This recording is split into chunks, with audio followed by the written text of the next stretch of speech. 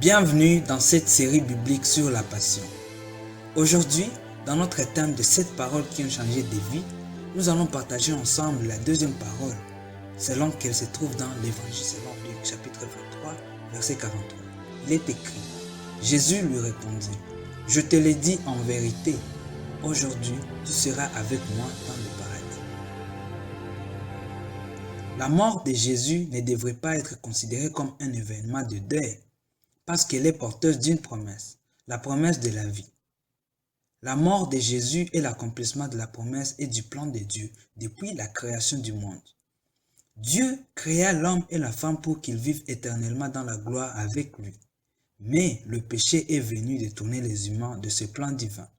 Et par sa mort, Jésus vient non seulement restaurer cette promesse, mais aussi l'accomplir.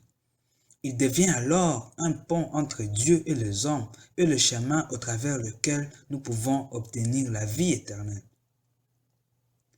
La deuxième parole de Jésus à la croix est une promesse de la vie éternelle.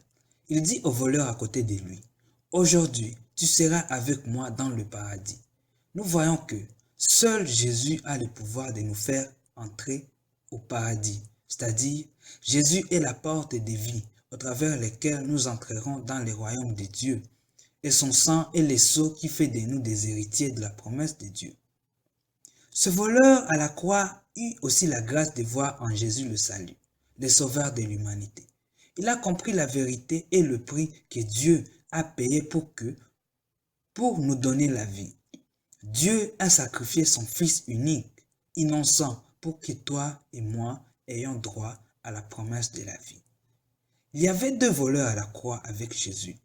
L'un périt parce qu'il refusa de tourner son cœur vers Dieu et demeura dans son incrédulité. Mais l'autre cria à Jésus de tout son cœur et avec foi, sachant que Jésus est aussi son sauveur. Il cria, « Jésus, souviens-toi de moi. » Mon frère, ma sœur, pour cette spéciale semaine de la Passion, j'aimerais t'exhorter à tourner tes yeux vers la croix et voir Jésus mourir pour toi et à crier vers lui en disant, « Seigneur, je reconnais que tu es mort pour me donner la vie.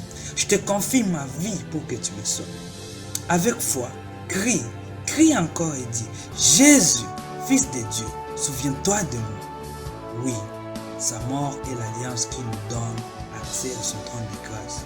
Et sûrement, il se souviendra de toi. Que Dieu